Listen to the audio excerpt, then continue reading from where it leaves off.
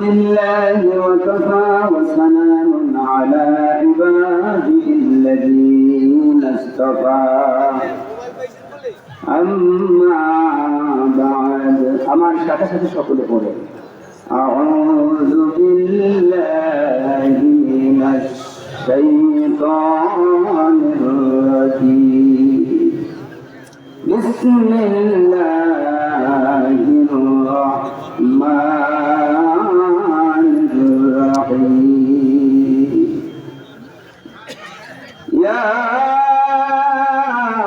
أيها الذين آمنوا اتقوا الله ولتنظر نفس ما قدمت لغد واتقوا الله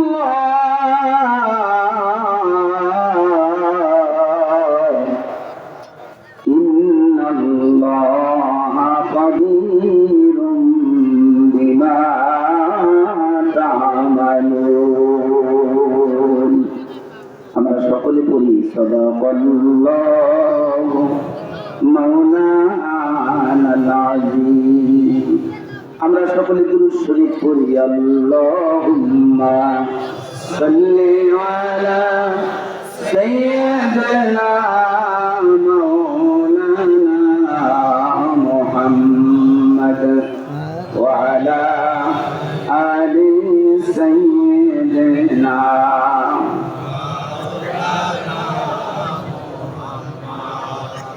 উসকুরে কান্না করে কান্না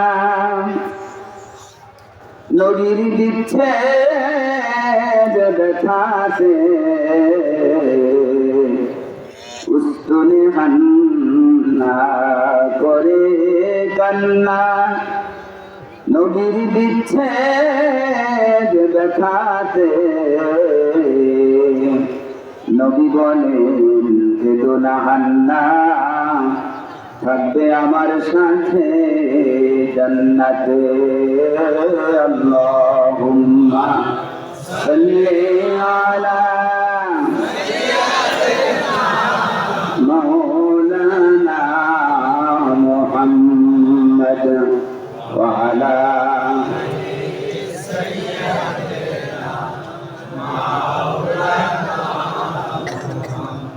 সকলে বলি আলহামদুলিল্লাহ। আর জোরে বলি আলহামদুলিল্লাহ। আসলে প্রধান বক্তা হওয়ার কারণে আমি কিছু অবধি, কারণ অন্যান্য বক্তা তো সময় দিতে যাইয়া আমার সময় খুব কম হয়ে গেছে। যাই হোক, আল আমরু ফাওকাল আদব, কর্তৃপক্ষ যে সিদ্ধান্ত নেয় এটা মেনে নেওয়াটাই আদবের লক্ষণ। আমি কর্তৃপক্ষের কি আদব শিরোধার্য করে নিয়েছি। সকলে বলেন আলহামদুলিল্লাহ। তো যতটুকু সময় পেয়েছি এই সময়টুকু যদি আমার ব্যক্তিগত কোনো কথা না বলি, যদি আল্লাহ এই কালাম দিয়ে আমি কিছু বলি, এটা আপনি শুনবেন কিনা বলেন?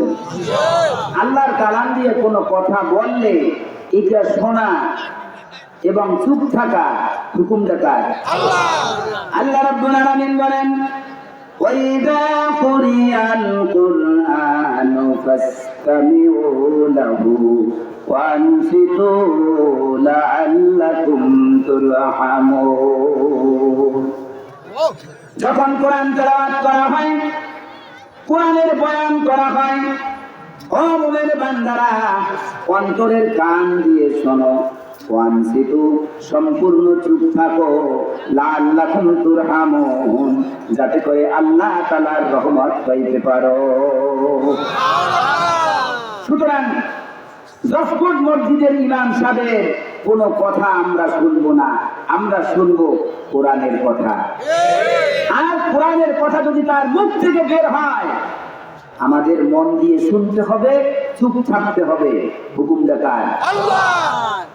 আমি দুরূদ শরীফ পড়েছি, দুরূদ শরীফের মাঝখানে আমি কবির কবিতা পড়েছি, উস্তনে হান্না করে কান্না নবীর বিচ্ছেদ দেখাতে নবী বলেন, ও উস্তুনে হান্না, কেঁদো না, তুমি থাকবে আমার সাথে জান্নাতে।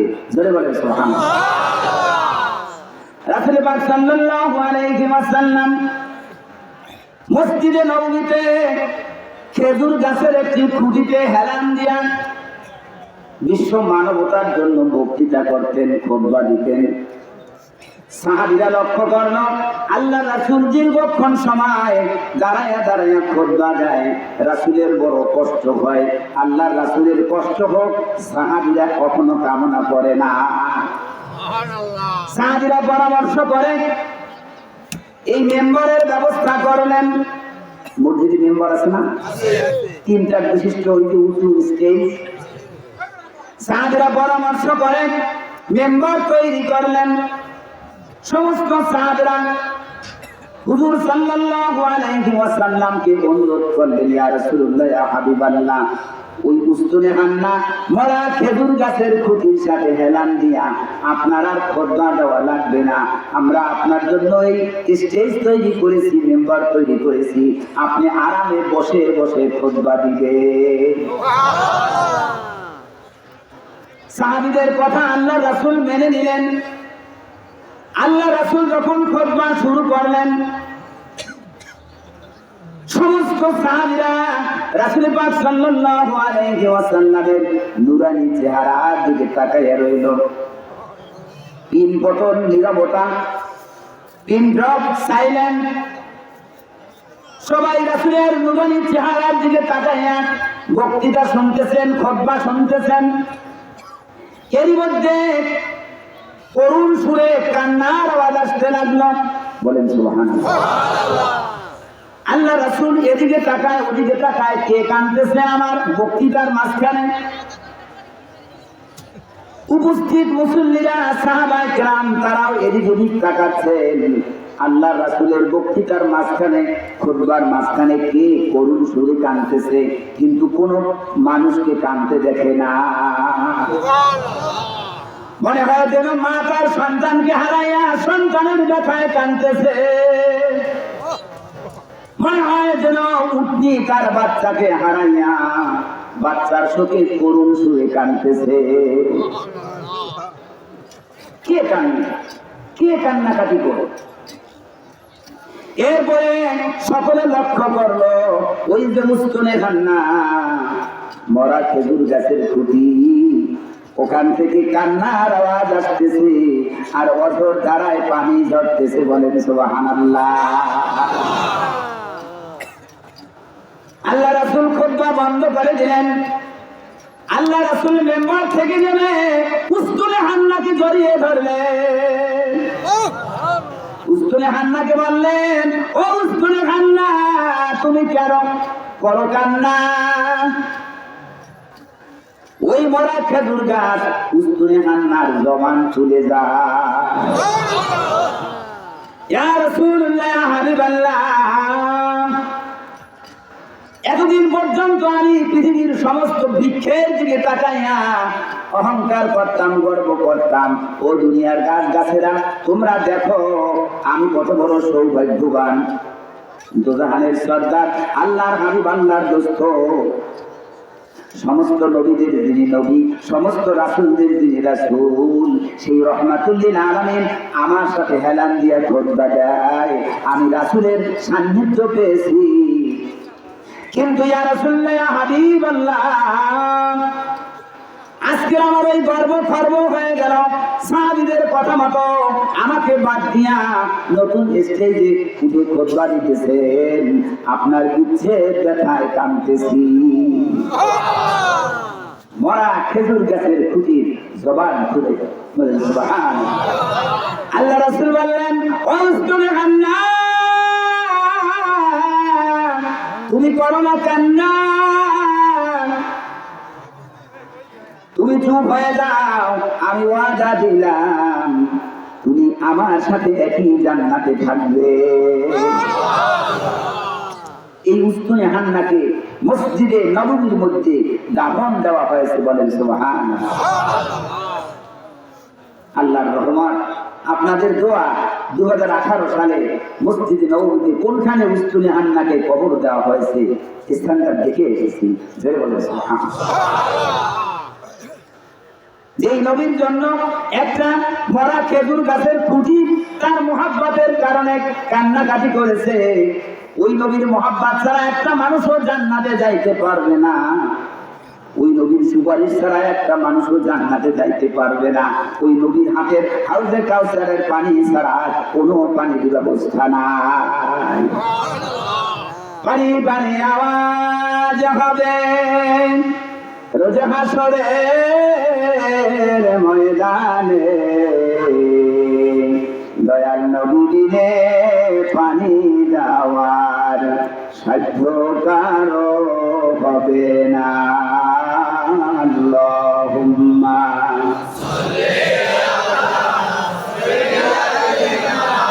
মাওলানা মুহাম্মদ ওয়া আলা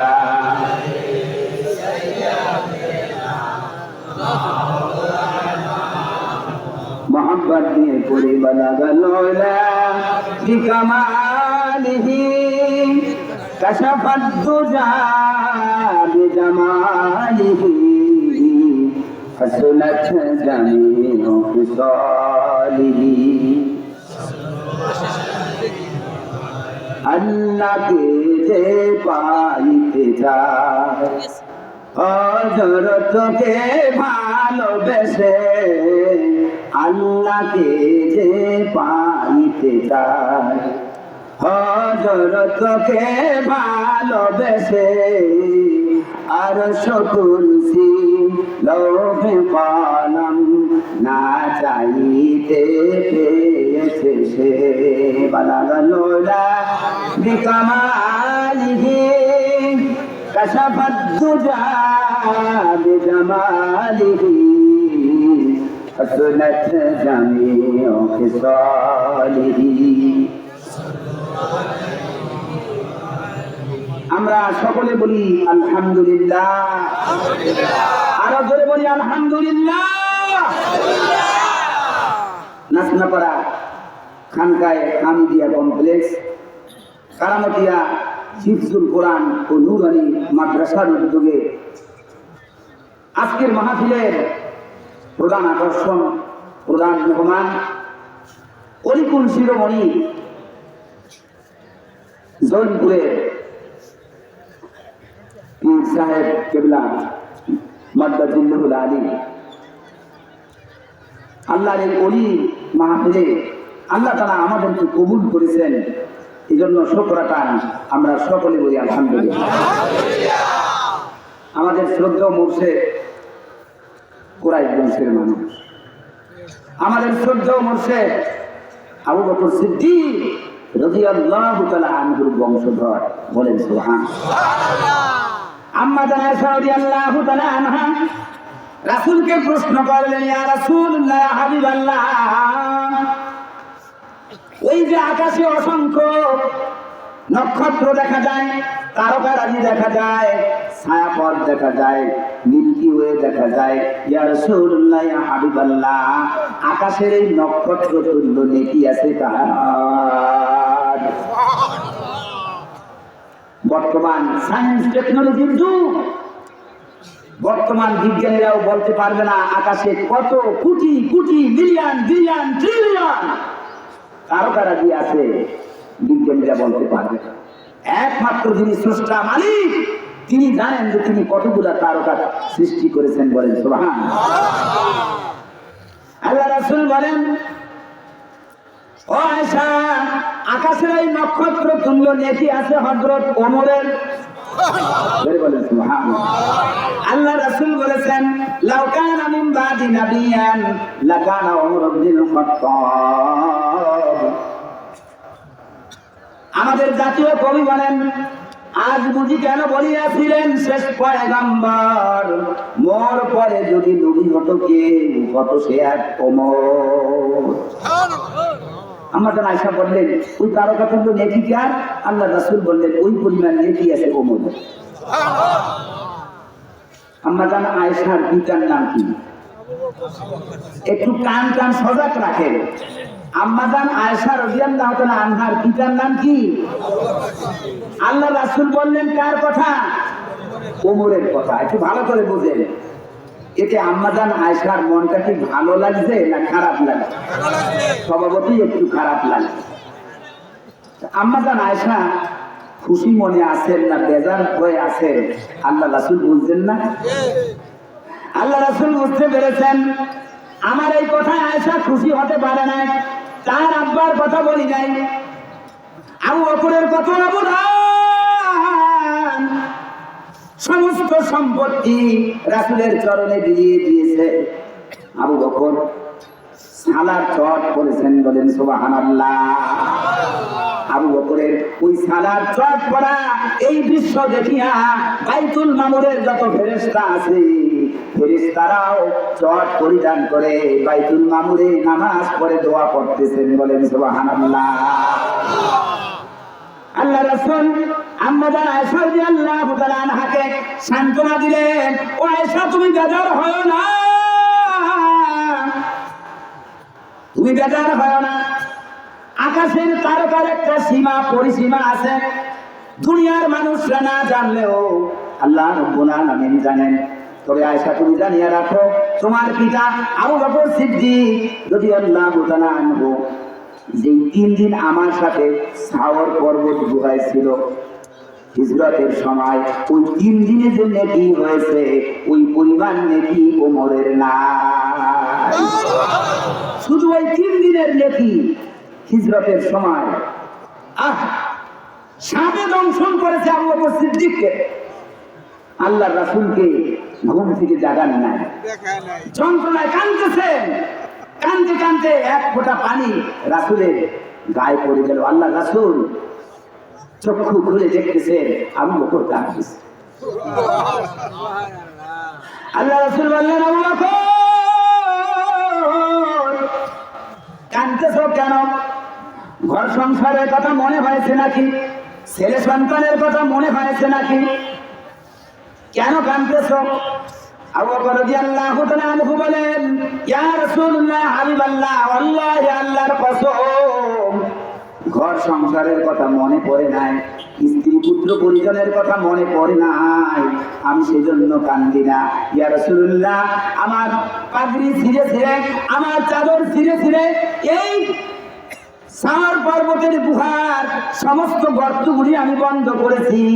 একটি গর্ত বাকি ছিল যেটা বন্ধ করার মতো কোনো টেনা আমার কাছে ছিল না, ওইটাকে আমি পা দিয়ে আটকে রেখেছি। একটা সর্প এসে আমাকে দংশন করেছে, আমি সাপের বিষের কারণে টিকতে না পেরে আমি কাঁদতেছি নীরবে। আল্লাহু আকবার। রাসূল পাক সাল্লাল্লাহু আলাইহি ওয়াসাল্লামের এই লালা মোবারক লাগিয়ে দিলেন। আল্লাহ রাসূলের লালার মধ্যে ৭০,০০০ রোগের সেবা ছিল, বলেন সুবহানাল্লাহ। রাসূল পাক সাল্লাল্লাহু আলাইহি ওয়াসাল্লাম যখন তার মুখের লালা মোবারক আবু বকরের ক্ষত স্থানে লাগিয়ে দিলেন, সাথে সাথে সর্প দংশনের সমস্ত যন্ত্রণা পানি হয়ে গেল, বলেন সুবহানাল্লাহ। ও আয়েশা তুমি বেজার হও না, তোমার পিতা আবু বকর ওই হিজরতের সময় গারে সাওরের মধ্যে যে 3 দিন আমার সাথে ছিল, সেই 3 দিনে যে নেকি হয়েছে ওই পরিমাণ নেকি ওমরের নাই। এইবার আম্মাজান আয়েশা রাদিয়াল্লাহু তাআলা আনহার চেহারায় নূর দেখা দিল, হাস্যোজ্জ্বল হয়ে গেল, বলেন সুবহানাল্লাহ। সেই আবু বকরের বংশধর আমাদের শ্রদ্ধেয় মুর্শিদ কিবলা, জয় বলেন সুবহানাল্লাহ। আবু বকর সম্পর্কে আল্লাহ রাসূল বলেছেন, কেউ যদি হযরত ইব্রাহিম আলাইহিস সালামকে দেখতে চায় সেজন্য আবু বকরের দিকে তাকায়। ইব্রাহিম খলিল যে নমরুদের আগুনে নিক্ষিপ্ত হয়েছিল, আল্লাহ তাআলা সেই আগুন নিভিয়ে দিয়েছেন। ইয়া নারু কুনি বারদাও ওয়া সালামান আলা ইব্রাহিম। সেই ইব্রাহিমের সাথে তুলনা করেছেন আবু বকরকে, জোরে বলেন সুবহানাল্লাহ। কেউ যদি হযরত ইব্রাহিম আলাইহিস সালামকে দেখতে চায় সেজন্য আবু বকরের চেহারার দিকে লক্ষ্য করে, জোরে জোরে বলেন সুবহানাল্লাহ। আল্লাহ রাসূল বলেছেন, দুনিয়ার সমস্ত মানুষের ন্যায় যদি এক পাল্লায় রাখা হয় আর আবু বকরের ন্যাক যদি এক পাল্লায় রাখা হয়, আবু বকরের পাল্লাটা ভারী হয়ে যাবে, বলেন সুবহানাল্লাহ।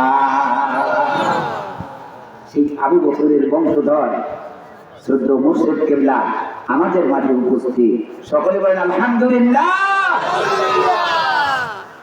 ভাইরা আমার, বাজিরা আমার, এই আবু বকরের বংশধরের মধ্যে এই বর্তমান পীর সাহেবের ঊর্ধ্বতন পুরুষ শাহ কারামতুল্লাহ জয়নপুরি রহমাতুল্লাহ আলাইহি কত বড় আল্লাহর ওলি ছিলেন। আগে পীর সাহেবরা নৌকায় চলতেন, বোটে চলতেন, মানুষেরা হাঁস মুরগি ছাগল এগুলি হাদিয়া দিত। এক জায়গায় মাহফিলে গেছেন, ওই বোট ভিড়ানের সাথে সাথে ওই হাঁস মোরগগুলো বোট থেকে লাফাইয়া তরে উঠল, কিনারে উঠল। ওইখানে হিন্দুদের একটা মন্দির ছিল, ওই মন্দিরে যাইয়া মূর্তির মাথার উপরে উঠে, গায়ের উপরে উঠে, কাঁধের উপরে উঠে পায়খানা করে দিল। সব মূর্তিগুলো পায়খানা করে সাবার করে দিয়েছে। এখন হিন্দুরা আসিয়া তারা তো স্লোগান শুরু করছে, হুজুর আপনি এটা কি কাজ করলেন? আপনি এখানে বোট ভিড়াইছেন আর আপনার বোর্ডে এই হাঁস মুরগিগুলো গিয়ে আমাদের মন্দিরে যাইয়া আমাদের দেবতাকে অসম্মান করেছে। হুজুর বললেন যে তোমাদের দেবতার অসম্মান হয়েছে? তোমাদের দেবতা, তোমাদের মূর্তি কি এই কথা বলেছে? না, সে তো কথা বলতে পারে না। বড় লাগবে কিতে? আমরাই তো বুঝি যে আপনার হাঁস মুরগি আমাদের দেবদেবীকে অপমান করেছে। আমি তো বলি অপমান হয় নাই। আমি জিজ্ঞাসা করি, যদি বলেন যে অপমান হয় না, তখন কি করবা? জোরে বলেন সুবহানাল্লাহ। শাহ কারামাতুল্লাহ জয়নপুরি রহমাতুল্লাহ আলাইহি বোট থেকে তিনি মন্দিরে গেলেন। মন্দিরে যাইয়া ওই মূর্তিগুলাকে জিজ্ঞাসা করলেন, ও মূর্তিরা তোমরা বলো, আমার হাঁস মুরগিতে তোমাদের মাথার উপরে, কাঁধের উপরে, তোমাদের দেহের উপরে যে পায়খানা করেছে, তোমাদের কি অসম্মান হয়েছে? তোমাদের কি অপমান হয়েছে? শাহ কারামাতুল্লাহ জয়নপুরি রহমাতুল্লাহ আলাইহি এই কথা বলার সাথে সাথে সমস্ত মূর্তিদের থেকে আওয়াজ আসতে লাগলো, না না না না। এই দৃশ্য দেখে হাজার হাজার হিন্দু, বৌদ্ধ, খ্রিস্টান কলেমা পড়ে মুসলমান হয়ে গেল। লা ইলাহা ইল্লাল্লাহ, লা ইলাহা ইল্লাল্লাহ, লা ইলাহা ইল্লাল্লাহ, লা ইলাহা ইল্লাল্লাহ মুহাম্মাদুর রাসূলুল্লাহ সাল্লাল্লাহু আলাইহি ওয়াসাল্লাম। সেই কারামতুল শাহ রহমাতুল্লাহ আলাইহি কলিজার টুকরা তার বংশধর আমাদের মাঝে উপস্থিত। শুকরাতান আবারও বলি আলহামদুলিল্লাহ। এই কারামতুল শাহ রহমাতুল্লাহ আলাইহি ওই বংশধরেরই একজন মাদারজাত ওলি ছিলেন আব্দুর রাজ্জাক জয়নপুরি রহমাতুল্লাহ। আব্দুর রাজ্জাক জয়নপুরি রহমাতুল্লাহ আলাইহি ছোট সময় পিতা মারা যায়। তিনি চাচার ঘরে লালিত পালিত হয়েছেন, চাচার আদর যত্নে বড় হয়েছেন।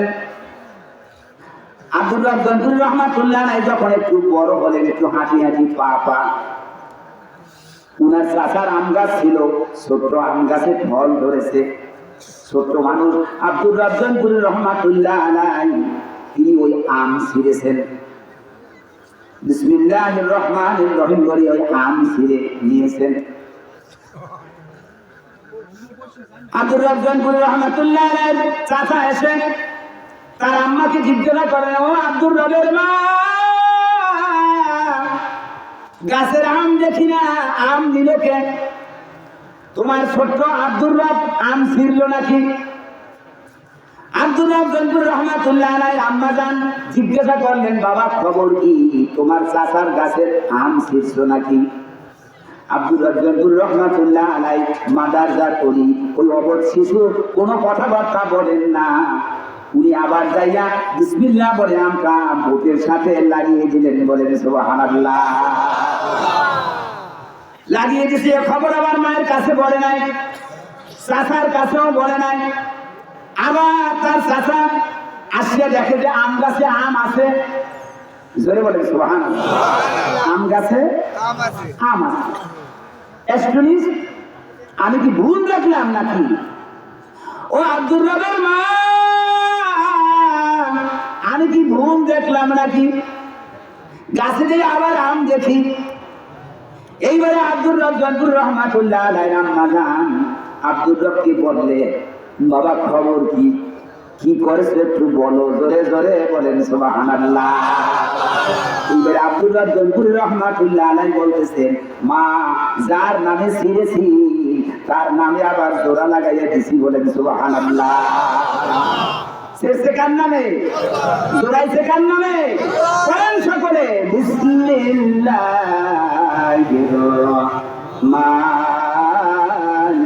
রহিম। বলেন আলহামদুলিল্লাহ। সেই বংশেরই সন্তান আমাদের মাঝে উপস্থিত, বলেন আলহামদুলিল্লাহ। এরা মুস্তাজাবুদ দাওয়াত, জৈনপুরের আল্লাহর ওলিরা মুস্তাজাবুদ দাওয়াত। যারা হাত তুলতে দেরি, কবুল হইতে দেরি হয় না, জোরে বলেন সুবহানাল্লাহ। আমি নিজে দেখেছি, গত বছর আমি আসি নাই, আমার তকদিরে এখানে ভাগ ছিল না, আসতে পারি নাই। তার আগের বছর এইখানে শামসুল আরিফিন মুদ্দাজিলুল আলী, যিনি অসুস্থতার জন্য আসতে পারেন না আমাদের মাঝে, আমি খানকায় বসে সকালবেলা দেখলাম প্যারালাইসিস রুগী নিয়ে আসছে, প্যারালাইসিস রুগী নিয়ে আসছে, বিছনায় শায়িত সেই ব্যক্তিকে নিয়ে আসছে হুজুরের এই খানকায়। হুজুর বললেন, বাবা এদিকে আসেন, কি হয়েছে? আত্মীয় স্বজন বললো, হুজুর প্যারালাইসিস হয়েছে। হুজুরে বললেন কিচ্ছু হয় না। হুজুরে বললেন কি কিচ্ছু হয় না? এই বলিয়া হাফেজ শামসুল আরিফিন মুদ্দাজিলুল আলী জৈনপুরের পীর সাহেব, যার ভাই এখানে উপস্থিত, উনি আল্লাহর কালাম পরে ফু দিতে লাগলেন, আর ঝাড় ফু দিতে লাগলেন, মশা দিতে লাগলেন। এরপরে বললেন, বাজান আপনার কিছু হয় না, আপনি দাঁড়ান। লোকটা দাঁড়াইয়া গেল, বলেন সুবহানাল্লাহ। এরপরে বললেন, বাজান আপনার কিছু হয় না, আপনি সাহস করে হাঁটতে থাকেন। দেখলাম মুহূর্তের ভিতরে ওই লোকটা দিব্যি সুস্থ মানুষের মতো হাঁটতেছে, জোরে জোরে বলেন সুবহানাল্লাহ। সুতরাং সেই মুস্তাজাবুদ দাওয়াত, যাদের দোয়া আল্লাহর দরবারে ডাইরেক্ট মঞ্জুর হয়ে যায়, সেই ওলিয়ে কামেল মুর্শিদে মুকাম্মেল জৈনপুরের হযরত পীর সাহেবের এই নাস্তাপাড়া খানকায়, এই বেহেশতের বাগানে আসতে পেরেছি, বসতে পেরেছি, কিছু বলার এবং শোনার তৌফিক ইনায়েত করেছেন আল্লাহ পাক। এই জন্য শুকর আদান সকলে বলি আলহামদুলিল্লাহ, আরো জোরে বলি আলহামদুলিল্লাহ। সম্মানিত হাজিরিন, আমি আলোচনার শুরুতেই সূরা হাসরের শেষ দিকে একখানা আয়াত তেলাওয়াত করেছি। আল্লাহ রাব্বুল আলামিন বলেন, ইয়া আইয়ুহাল্লাযীনা আমানু তাকুল্লাহ। ও ঈমানদার বান্দাগণ, ও ঈমানদার বান্দাগণ, তোমরা আল্লাহকে ভয় করো। ওয়াল তানজুর নাফসুম মা কদ্দামাত লিগাদ।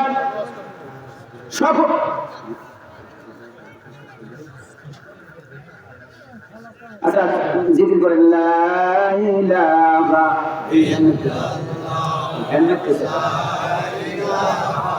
ইল্লাল্লাহ। কোনদিন হাসরে কি পাব দেখা, ওহে রহমাতুল লিল আলামিন। আল্লাহুম্মা সাল্লি আলা সাইয়্যিদিনা মাওলানা মুহাম্মাদ ওয়া আলা আলি সাইয়্যিদিনা। আমরা সকলে বলি আলহামদুলিল্লাহ, আরো বলি আলহামদুলিল্লাহ। আল্লাহ পাক পবিত্র কোরআনে সূরা হাসরের শেষ দিকে বলেছেন, ওই ইমানদার বান্দাগণ আমি আল্লাহকে ভয় করি। আর সকলেই একটু চিন্তা করে দেখো, আগামী দিনের জন্য, কবরের জন্য, মিজানের জন্য, হাসরের জন্য, পুলসিরাতের জন্য তুমি কি জোগাড় করেছো? জোরে বলেন সুবহান। ওয়াত্তাকুল্লাহ, ওই ইমানদার বান্দাগণ আমি আল্লাহকে তোমরা ভয় করো। ইন্নাল্লাহা খাবীরুম বিমা তা'মালুন, জানিয়ে রাখো তোমরা যা কিছু করতেছো আমি খবর রাখি, আমি দেখি। সম্মানিত হাজিরিন, আমার সময়টা শেষ হয়ে গেছে। আমি হুজুরে আসলেই আমি ছেড়ে দেব ইনশাআল্লাহ। আমার তকদিরে আছে লেখা এটাই, আমি আর সামনে বেশি পারবো না। ভাইরা আমার, বাতিরা আমার, আল্লাহ বলেছেন আমাকে ভয় করো। আল্লাহর ভয়, এটাকে আরবিতে বলে তাকওয়া। আজকে এই একটা জিনিসের আমাদের অভাব। বিধায় ওই রাষ্ট্রপতি থেকে শুরু করে একজন পিয়ন পর্যন্ত ব্যক্তিগত, সামাজিক, পারিবারিক, রাজনৈতিক, আন্তর্জাতিক, আভ্যন্তরীণ সমগ্র ক্ষেত্রে দুর্নীতি আর দুর্নীতি। শুধু একটা জিনিসের অভাব, আল্লাহর ভয় নাই। আল্লাহর ভয় থাকলে বেগম পাড়া বানানো যায় না। আল্লাহর ভয় থাকলে বিদেশে 300 বিল্ডিং করা যায় না। রাষ্ট্রীয় টাকা পয়সা লুটপাট করা যায় না। শুধু একটা মাত্র জিনিসের অভাব, সেটা হচ্ছে আল্লাহর ভয়। আল্লাহর ভয় থাকলে ওই ব্যক্তি জামাতে নামাজ ছেড়ে দিতে পারে না। কথা ঠিক কিনা? রাসূল পাক সাল্লাল্লাহু আলাইহি ওয়াসাল্লাম যখন শক্তিটা রহিত হয়ে গেল, অসুস্থ হয়ে পড়লেন, সাহাবীদের কাঁধে ভর দিয়া হলেও কষ্ট করে জামাতের সাথে নামাজ আদায় করেছেন। আল্লাহর রাসূলের শেষ শক্তিটুকু যখন রহিত হয়ে গেল, আর সাহাবীদের কাঁধে ভর দিয়া মসজিদে জামাতে নামাজ পড়ার মতো তার শক্তি নাই। আম্মা জান আয়েশাকে বললেন, আয়েশা,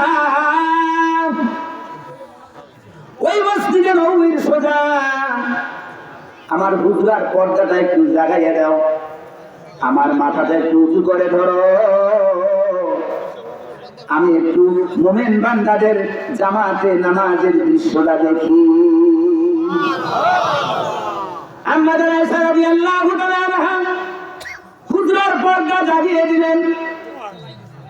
রাসূল পাক সাল্লাল্লাহু আলাইহি ওয়াসাল্লামের মাথাটা একটু উঁচু করে ধরলেন। আল্লাহর রাসূল দেখলেন আবু বকর সিদ্দিক রাদিয়াল্লাহু তাআলা আনহুর ইমামতিতে মসজিদে নববীতে জামাত শুরু হয়ে গেছে। একজন ইমাম যখন আল্লাহু আকবার বলে সিজদায় যায়, সমস্ত মুসল্লিরা তাদের এই উন্নত কপালটা মাটিতে মিশাইয়া যায়। আসলে মাটিতে মিশাইয়া যায় না, আল্লাহর কুদরতি পায়ে মিশাইয়া যায়।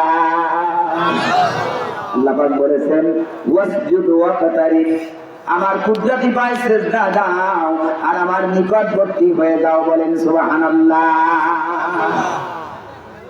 আল্লাহ রাসূল জামাতে এই দৃশ্য দেখিয়া তিনি সহ্য করতে পারলেন না, তার চোখ থেকে পানি পড়া শুরু হয়ে গেল। কেঁদে কেঁদে বলতে লাগলেন, আয়েশা, আমাকে এখন শোয়া দাও, আমি জনমের মতো মুসলমানদের নামাজের জামাতের দৃশ্য দেখেছি। আম্মা জান আয়েশা লক্ষ্য করলেন রাসূল পাক সাল্লাল্লাহু আলাইহি ওয়াসাল্লামের চক্ষু বেয়ে বেয়ে পানি ঝরতেছে। আম্মা জান আয়েশা রাদিয়াল্লাহু তাআলা আনহা আল্লাহ রাসূলকে প্রশ্ন করলেন, ইয়া রাসূলুল্লাহ, ইয়া হাবিবাল্লাহ, নামাজের দৃশ্য দেখে আপনি খুশি হবেন, নামাজের দৃশ্য দেখে আপনি শান্ত হবেন, নামাজের দৃশ্য দেখে, জামাতের দৃশ্য দেখে কেন কাঁদতেছে? রাসূল পাক সাল্লাল্লাহু আলাইহি ওয়াসাল্লামের কান্নার মাত্রা বেড়ে গেল। আল্লাহ রাসূল কেঁদে কেঁদে বললেন, ও আয়েশা, তুমি জানো না এই নামাজ কায়েমের জন্য, এই দিন কায়েমের জন্য আমি তায়েফের ময়দানে রক্তাক্ত হয়েছি, বেহুশ হয়ে পড়েছি। এই নামাজ কায়েমের জন্য, এই দিন কায়েমের জন্য উহুদের ময়দানে আমি দান মোবারক শহীদ করেছি। এই নামাজ কায়েমের জন্য আমি রাতের অন্ধকারে আমার মাতৃভূমি পরিত্যাগ করিয়া আমি মদিনায় হিজরত করেছি।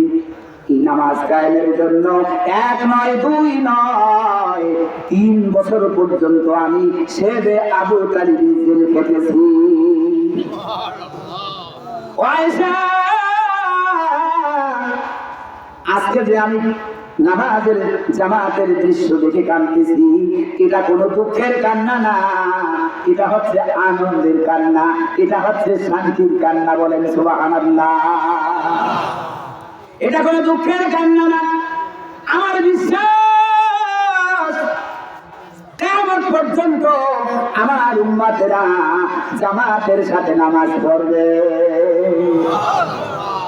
সুবহানাল্লাহ। أول ما يحاسب به العبد يوم القيامة الصلاة। কিয়ামতের কঠিন দিনে সর্বপ্রথমেই বান্দাকে প্রশ্ন করা হবে, তুমি নামাজ পড়ছো কিনা। নামাজের হিসাব যদি সহজ হয়ে যায়, সমস্ত হিসাব তার জন্য সহজ হয়ে যাবে। নামাজের হিসাবে যদি গড়বড় হয়ে যায়, সমস্ত ঝাঁকিতে আপনার কঠিন আর কঠিন। সুতরাং আল্লাহর ভয় যদি অন্তরে থাকে, ওই ব্যক্তি কখনো জামাত ত্যাগ করতে পারে না, ঠিক কিনা? আল্লাহর ভয় অন্তরে থাকলে যত বড় কাজ থাকুক না কেন, আল্লাহর বান্দা তাড়াতাড়ি উযু করিয়া জামাতের সাথে নামাজ আদায় করিয়া আবার সাংসারিক কাজ করবে। জোরে বলেন সুবহানাল্লাহ। এক কাঠুরিয়ার ইন্তেকালের পরে ওই এলাকার এক আল্লাহর ওলি স্বপ্নে দেখতেছে কাঠুরিয়া জান্নাতের মধ্যে ঘুরতেছে। কাঠুরিয়া কি করে? কাঠুরিয়া জান্নাতের মধ্যে ঘুরতেছে। আল্লাহর ওলি অবাক হয়ে গেলেন। কাঠুরিয়ার এমন কি আমল ছিল যার পরিপ্রেক্ষিতে জান্নাতের মধ্যে ঘোরাফেরা করতেছে? রাসূল পাক সাল্লাল্লাহু আলাইহি ওয়াসাল্লাম কাঠুরিয়ার সাথে ঘুরতেছে। বলেন সুবহানাল্লাহ। রুয়াতুল মুমিনে হাক্কুন, আল্লাহর ওলিদের স্বপ্ন বুঝি আমি, আল্লাহর ওলিদের স্বপ্ন সত্য। তো আল্লাহর ওলি চিন্তা করলেন, কাঠুরিয়া এমন কি আমল করেছে জান্নাতের মধ্যে ঘুরতেছে এবং রাসূল তার সাথে আছে। জোরে বলেন সুবহানাল্লাহ। ওই আল্লাহর ওলি খুব কিউরিসিটি হইয়া, কৌতূহল হইয়া কাঠুরিয়ার বাড়িতে গেল। লোক মারফত কাঠুরিয়ার স্ত্রীর কাছে জিজ্ঞাসা করলো, তোমার স্বামী কি আমল করত? আমি তো স্বপ্নে দেখেছি তোমার স্বামী জান্নাতের মধ্যে ঘুরতেছে। রাসূল পাক সাল্লাল্লাহু আলাইহি ওয়াসাল্লাম তার সাথে জান্নাতে ঘুরতেছে। তোমার স্বামী কি আমল করে? এইবারে কাঠুরিয়ার স্ত্রী জবাব দিচ্ছেন, আমার স্বামী কাঠুরিয়া মানুষ, আমরা গরিব মানুষ, আমার স্বামী আর কি আমল করবে? তেমন কোনো আমল তার ছিল না। তবে আমি একটা আমল তার দেখেছি। কয়টা? একটা আমল দেখেছি। কাঠ ফাড়ার জন্য উঠার জাগাইছে। এর মধ্যে পার্শ্ববর্তী মসজিদ থেকে আওয়াজ আসছে, হাইয়া আলাস সালাহ, হাইয়া আলাল ফালাহ। এই আযান শুনিয়া আমার স্বামী ওই কুঠারার সামনে ফালায় নাই, কাঠ ফাড়ে নাই, ওই কুঠার খানা পিছনে ফালাইয়া দিয়েছে, বলেন সুবহানাল্লাহ। নামাজকে বলো না কাজ আছে, কাজকে বলো আমার নামাজ আছে। বলেন নামাজকে বলো না কাজ আছে, কাজকে বলো আমার নামাজ আছে। নামাজ বিহীন পরকালে কি জবাব দিবে তুমি মাওলার কাছে? নামাজকে বলো না কাজ আছে, কাজকে বলো আমার নামাজ আছে। বলেন সুবহানাল্লাহ। কাকুরিয়ার স্ত্রী বলতেছেন, আমি আমার স্বামীকে দেখেছি সারাদিন কাজ ফারে, কিন্তু যখনই আজান শুনে ওই পুঠার আর সামনে ফালায় না, পুঠার পিছনে ফালাইয়া দিয়া তাড়াতাড়ি উজু করিয়া মসজিদে যাইয়া জামাতের সাথে নামাজ আদায় করত। ভাইরা আমার, ওলি দাবি করলে ওলি হওয়া যায় না, ওলি হয় তার আমলের দ্বারা। ওলি হওয়া যায় কি দ্বারা? আমলের দ্বারা। ইমাম আহমদ ইবনে হাম্বল এই কথাটা বলেই আমি শেষ করতেছি, হুজুরে এখনই আসবে। ইমাম আহমদ ইবনে হাম্বল রাহমাতুল্লাহ আলাইহি বিশেষজ্ঞরা একজন আলেম ছিলেন। তিনি যেই কিতাবখানা সংকলন করেছেন, এই কিতাবখানার নাম মুসনাদে আহমদ, 40,000 হাদিসের কিতাব। জোরে বলেন সুবহানাল্লাহ। তখনকার দিনের যোগাযোগ ব্যবস্থা ভালো ছিল না, কমিউনিকেশন গ্যাপ ছিল। পায়ে হেঁটে হেঁটে দেশের পর দেশ, প্রান্তরের পর প্রান্তর অতিক্রম করে হাদিস সংগ্রহ করেছেন। হাঁটতে হাঁটতে সফর করতে করতে রাত হয়ে গেল। এক মসজিদে এশারের নামাজ পড়িয়া মসজিদের মুয়াজ্জিনকে বলল, ভাই মুয়াজ্জিন, আমি একজন মুসাফির, এই রাতটা একটু মসজিদে থাকতে চাই।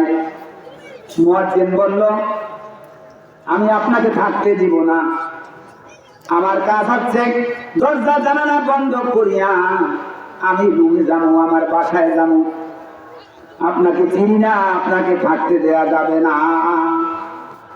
বিশ্ববিখ্যাত আলেম ইমাম আহমদ ইবনে হাম্বল রাহমাতুল্লাহ আলাইহি মসজিদে ঠাই পেলেন না। আবার রাতের আধারে হাঁটতে লাগলেন।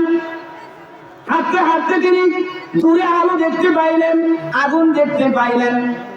তিনি সেই আগুনের কাছে গেলেন, যাইয়া দেখতেছেন এক রুটিওয়ালা, কারে দেখছে? এক রুটিওয়ালা রুটি বানাইতেছেন, রুটি ভাজতেছেন, আবার এই রুটি বিক্রি করে যতটুকু কথা প্রয়োজন ততটুকু বলে। রুটি বানানোর সময় পড়ে আস্তাগফিরুল্লাহ, আস্তাগফিরুল্লাহ, আস্তাগফিরুল্লাহ। রুটি ভাজে, খোলায় যায়, আর পরে আস্তাগফিরুল্লাহ, আস্তাগফিরুল্লাহ, আস্তাগফিরুল্লাহ। খরিদ্দারের কাছে রুটি বিক্রি করেন, রুটি দেওয়ার সময় পরে আস্তাগফিরুল্লাহ, আস্তাগফিরুল্লাহ, আস্তাগফিরুল্লাহ। দীর্ঘক্ষণ লক্ষ্য করলেন ইমাম আহমদ ইবনে হাম্বল রাহমাতুল্লাহ আলাইহি রুটিওয়ালা অনার্থক কোনো কথাবার্তা বলে না, যতটুকু প্রয়োজন ততটুকু বলে। ফাইজা ফারাগতা ফানসাব ওয়া ইলা রাব্বিকা ফারগাব। যখনই সময় পায় তখনই বলে আস্তাগফিরুল্লাহ, আস্তাগফিরুল্লাহ, আস্তাগফিরুল্লাহ। দীর্ঘক্ষণ এই অবস্থা দেখিয়া ইমাম আহমদ ইবনে হাম্বল রুটিওয়ালাকে বিনয়ের সাথে বললেন, বাবা, আমি দীর্ঘক্ষণ লক্ষ্য করলাম তুমি অনার্থক কোনো কথাবার্তা বলো না, যখন সময় পাও তখনই বলো আস্তাগফিরুল্লাহ, আস্তাগফিরুল্লাহ, আস্তাগফিরুল্লাহ। এর ভিতরে তুমি কি শান্তি পাইলা? এইবারে রুটিওয়ালা জবাব দেয়, ও মুসাফির, আমি একজন মুস্তাজাবুদ দাওয়াত, আমি আল্লাহর দরবারে হাত তুললে আল্লাহ খালি হাতে ফেরত দেয় না। তবে আমার সব আশা পূর্ণ হয়েছে, সব দোয়া কবুল হয়েছে, একটা দোয়া এখন পর্যন্ত কবুল হয় নাই। ইমাম আহমদ ইবনে হাম্বল রাহমাতুল্লাহ আলাইহি বললেন, বাবা ওই দোয়াটা কি? এইবারে বললেন, আমি শুনেছি বিশ্ব বরণ্য একজন আলেম, আল্লাহর হাক্কানি রব্বানি, চার মাযহাবের এক মাযহাবের ইমাম, ইমাম আহমদ ইবনে হাম্বল। তাকে দেখার জন্য আমার মনের মধ্যে বড় বাসনা, আশা। আজ পর্যন্ত তার দেখা পাই নাই। আর আমি যেহেতু কাজ করি, কাজ ফালাইয়া যে আমি তার দেখতে যাবো সেই সময়ও পাই না। এইবার ইমাম আহমদ ইবনে হাম্বল রাহমাতুল্লাহ আলাইহি বললেন, বাবারে, তোমার যেই দোয়াটা বাকি ছিল ওই দোয়াটা আজকে কবুল হয়ে গেছে, বলেন সুবহানাল্লাহ। তো কিভাবে কবুল হইল? আমি হইলাম ইমাম আহমদ ইবনে হাম্বল, জোরে বলেন সুবহানাল্লাহ। ভাই আমার, সুতরাং আমি সরসিনার মুরিদ, আমি চলাবাঙ্গার মুরিদ, আমি ওই সর্বনায়ের মুরিদ, আমি পীরের বংশ, নবীর বংশ। এই দোহাই দিলে কোনো লাভ হবে না। আমি যদি আমল করতে পারি তাহলে আমি আল্লাহর ওলি হব। কথা ঠিক কিনা? ওলিদের সান্নিধ্যে যাবেন বোঝার জন্য, কিন্তু আমল করতে হবে আপনার। বলে আতাজিরু ওয়াজরাতুল উজরা মুখরা, কেউ কারো বোঝা বহন করবে না, আপনার বোঝা আপনারই বহন করতে হবে। আল্লাহ তাআলা এই ওলির দরবারে আমরা আসতে পেরেছি, বসতে পেরেছি, কিছু বলার এবং শোনার আল্লাহ তৌফিক দিয়েছেন। আমাদের সকলকে আল্লাহ তাআলা কবুল করুন, সকলে বলেন আমিন। আমাদের মুর্শিদ কিবলার হায়াতকে আল্লাহ তাআলা দারাজ করে দেন, সকলে বলেন আমিন। ওয়া আখিরু দাওয়ানা আলহামদুলিল্লাহি রাব্বিল আলামিন। আসসালামু আলাইকুম ওয়া রাহমাতুল্লাহ।